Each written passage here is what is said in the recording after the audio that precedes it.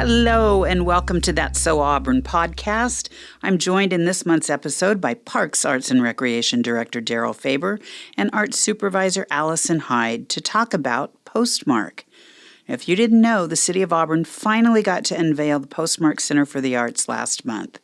Postmark is the beautiful brick building on the corner of Auburn Avenue and 1st Street Northeast downtown, and depending on your age, you either remember it as a post office or a King County public health facility.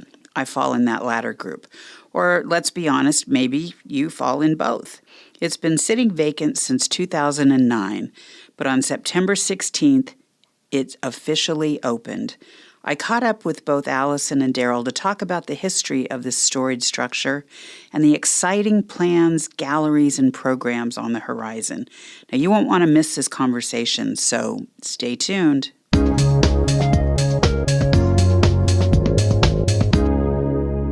Welcome, Allison and Daryl. How are you both doing this afternoon? Doing great. Thanks for having us. Yeah, thank you, Mayor. It's a privilege to be here. Glad you're here. And I must say, I'm still thinking about that grand opening we just had for Postmark. I think it was amazing, don't you? It's a beautiful day. Great turnout. It was. The weather, the crowd, the music, the food, the new building. It was all just so fantastic. And you both did an amazing job, as did the dozens and dozens of people who helped make this center a reality. It truly was an amazing day, shared by so many, and so exciting after many, many years to see this building come to life and serve the community once again. Yeah, I'd like to add that it was great to see so many people out there at the ribbon cutting. There were hundreds, and then the ongoing festival during the day brought out the whole community, young and old. So it was a great feeling to finally accomplish this project. It really was. The diversity of the people in the crowd was amazing. As we looked out from the steps, Daryl, we could see different pockets of people, right, who I may not have seen at some of our arts events in the past, but they were there to celebrate this building and what this means for our city. Yeah, I noticed the same thing out there. People who had been there as employees who'd given people shots in that building or recalled having their parents drop off the mail at that site. So it was a great audience, as well as new future artists that were there, excited about what the future holds. I agree. So let's get into it then. What's the Postmark all about? I know you've kind of hit on it a little bit, but tell us, Allison, what the Postmark is all about. So the Postmark Center for the Arts is going to serve the community as a brand new arts and culture center. Essentially, we're hoping that it can create this exciting hub of energy for the community to come together to celebrate arts and culture and really create multifaceted experiences for and with the community too. We're hoping that local organizations and artists can come together to help enliven and shape this space. So we can picture things like poetry reading nights, things like artist talks, things like alleyways being filled with live music and hands-on art-making experiences that can really enrich Auburn's downtown culture. That's amazing. And Allison, can you talk a little bit about, and maybe Daryl too, the timeline of this project? It's been ongoing. I remember my initial conversations with Executive Constantine, because King County was the owners of the building before the city of Auburn purchased it. And that was back in, I'm going to say, late 2015. And I think we purchased it in April of 2016. Does that sound right? Yeah, I think so. I think we've actually held it under the City of Auburn title for about 7 years. And that's kind of when we began searching for funds that would support this vision. Early in the process, we met with the community, the Arts Commission, and others to kind of formulate what did we want to see downtown. And that those early conversations really helped frame the outstanding work that we did with Johnston Architects in creating that dream. And it's kind of emblematic of what's in the building now. If you go in the building, you'll see kind of the outcomes of those early conversations. The process was quite long because it's government, for one thing. Yeah, and government goes slow for a reason to get it right, and we got this one right. But the process was, as we went and got various grants, a lot of them had time frames on them that they had to be spent by a certain amount of time. So if we got grants to restore the windows for, let's say, an X amount of money, we did the windows. So it wouldn't be how you would do your home remodel, but it's how we did this remodel, and it actually ended up working out quite well. Sometimes it does feel like that's how a home remodel goes too. But so, Allison, there is this beautiful welcoming figure out front. It just speaks to you. So can you tell us a little bit about how that came about and what the figure is and what it means? Absolutely. So the welcome figure that now stands outside of the Postmark Center for the Arts is created by a whole group of Muckleshoot carvers, and the idea was actually generated by our collaborator, Kathleen Frugier-Brown, who had worked with us on the Alleyway project. So she had collaborated with Gail White Eagle from the Muckleshoot tribe on some beautiful inlaid mosaics, taken inspiration from Coast Salish design, and used some of that patterning and that color to create her work. And that really sparked this idea for her, this idea of wouldn't it be wonderful at this place where we're celebrating arts and culture to have prominent representation of Muckleshoot arts and culture downtown. So that sparked the conversation and prompted us to apply for a grant from For Culture. So we applied for a creative consultancies grant to collaborate with the tribe on creation of a traditional welcome figure.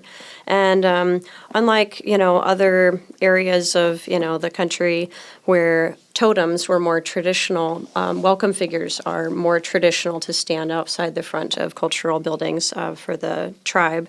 So we worked with a few Muckleshoot carvers to get them a piece of old growth red cedar. They started working on the design for the piece, and really it made the most sense to have the piece right outside the front of the building, to have prominent, welcoming representation of that art, and also a land acknowledgement in the front of the building as well. So we're beyond thrilled to have that piece in downtown Auburn, representing the mission and the goals of the Art Center as well. So it's a beautiful piece. It is. You certainly can't miss it. It's quite enchanting, and just what a wonderful gift to have in front of that beautiful building.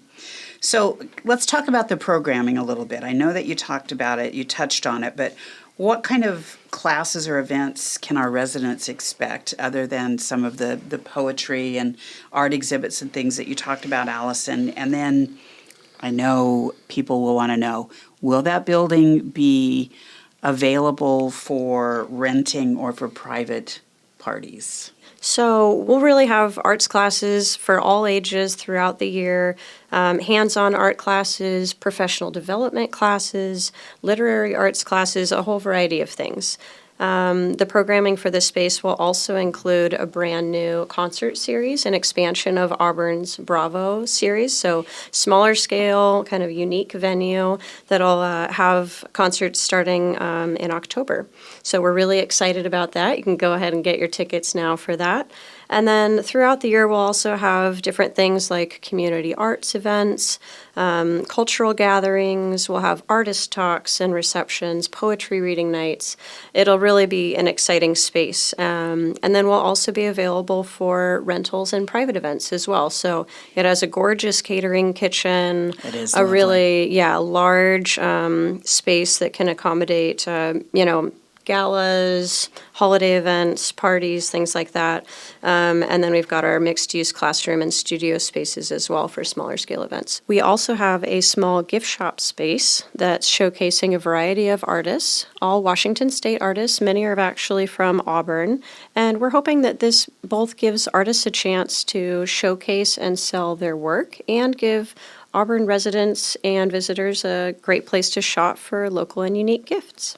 Excellent. And the art that's featured in the building right now in that space, from the untrained, for me it was just, oh look, there's a lot of art about trees, which are beautiful. But Allison, you had such a wonderful way. We had our directors meeting there on Monday. You had such a wonderful way of describing what the theme of the art currently on display is. Can you share that?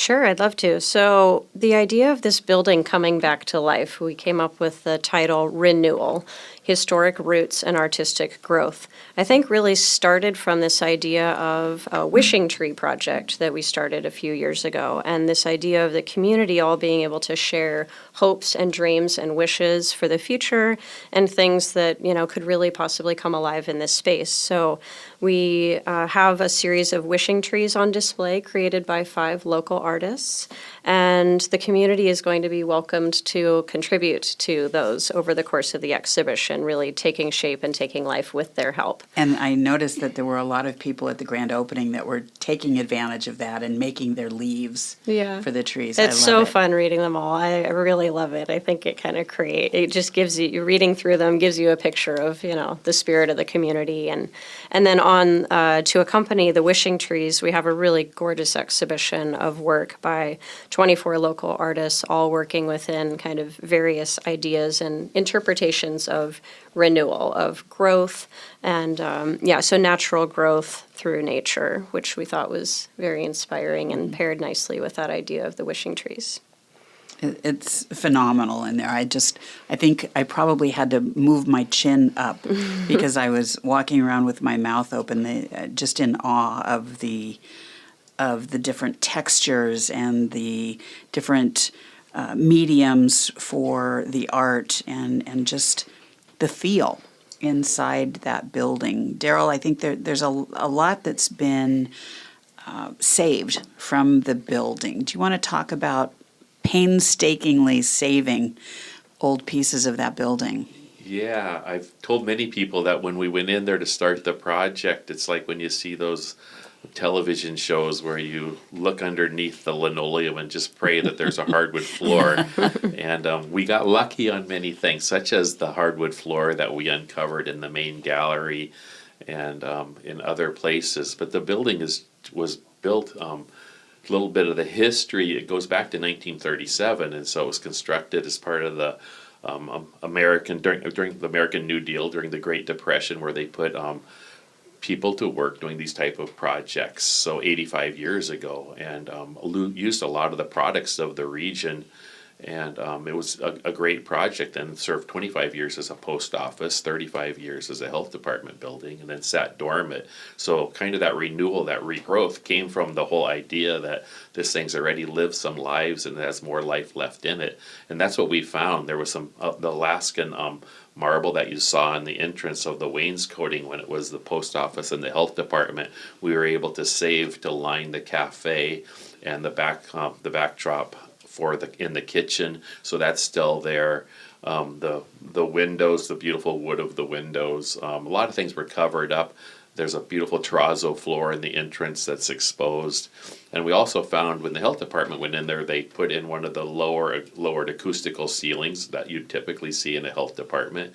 A lot of fluorescent lighting for when you had your exams, had your shots or whatever. It was not happening. A friendly place, I'm going to tell you right now. Well, from the Auburn people like yourself who've had the privilege of living here their whole life, they had many a story to tell about the reason they had to go to that building or got to go to that building.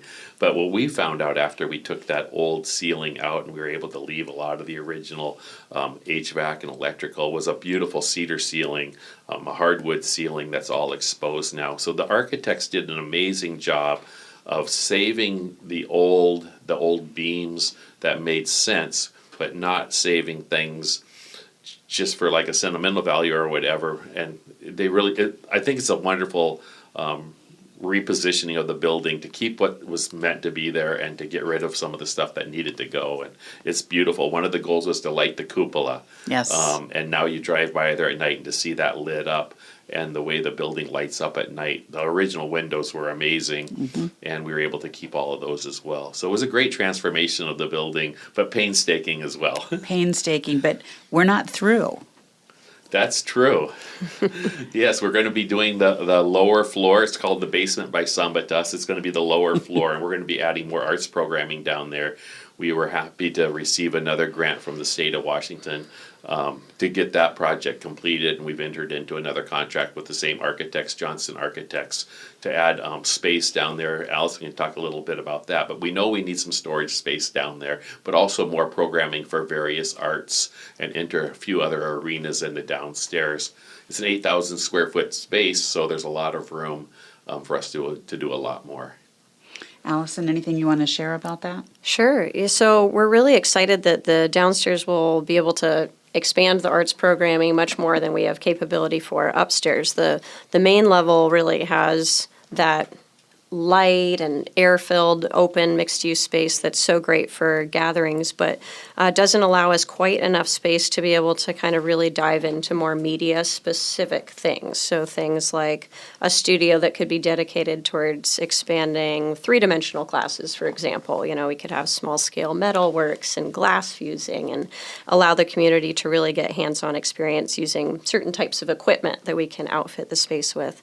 And then also a really nice, large space that will allow for things like theater rehearsals or dance or music class, things like that. So we're just excited for the opportunities that expanded space can allow for the community, for classes, for events and things. So Excellent. And I know we touched on it a little bit, but talk a little bit more about outside in the alleyway. What are the goals? What are the visions for that space?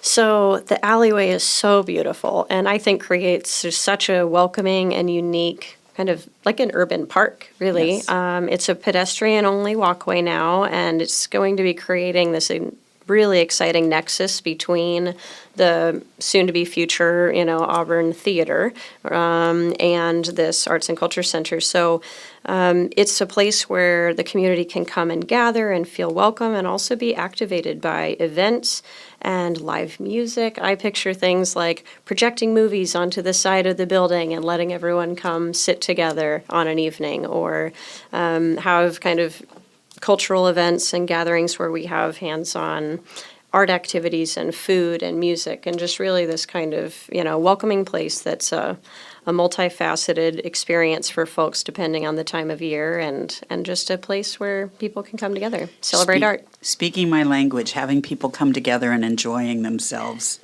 So I have a couple of fun things I want to end with today.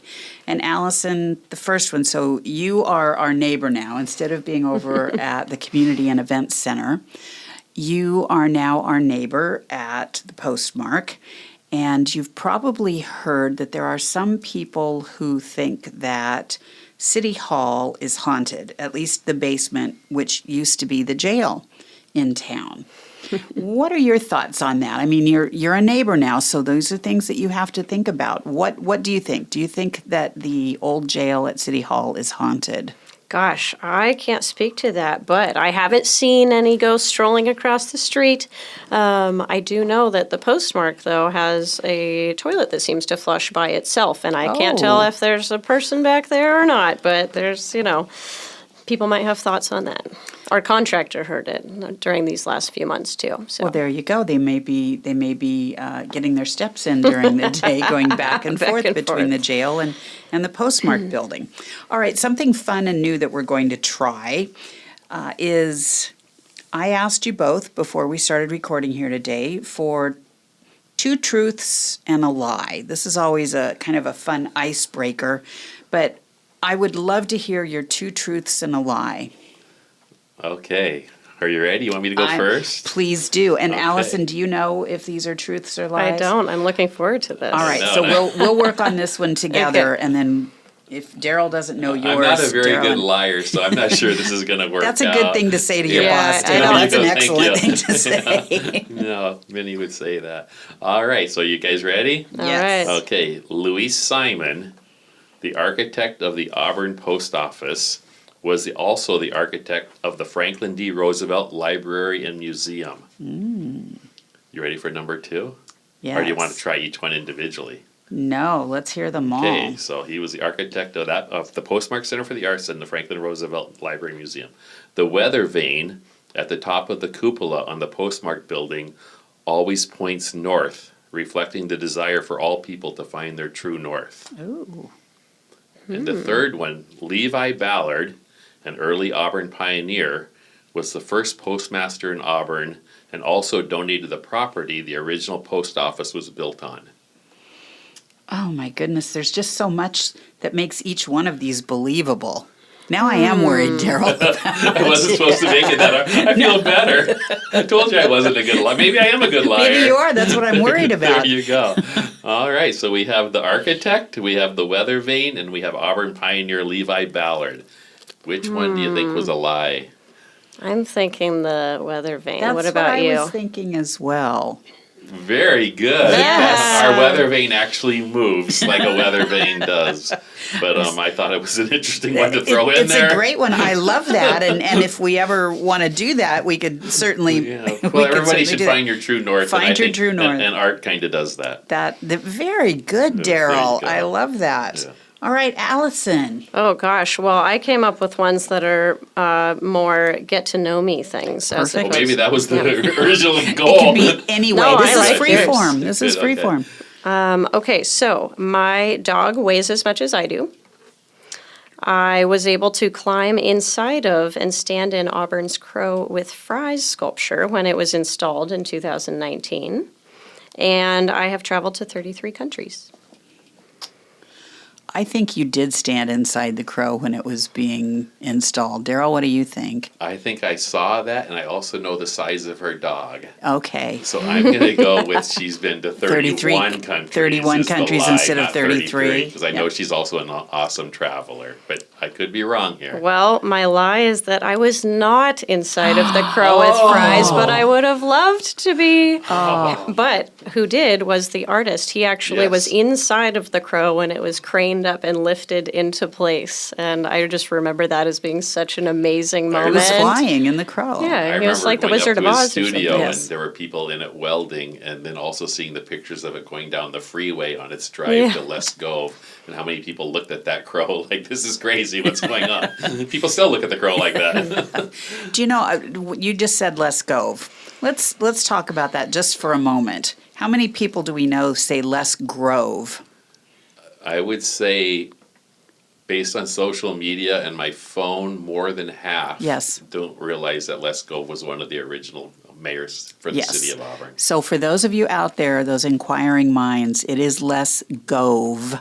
It is named after a former mayor. Yes. All right. Thank you both for being with me today and sharing some great, exciting information about the Postmark Center for the Arts, a little bit about yourself, a little bit about some history in Auburn, and look forward to talking with you both again.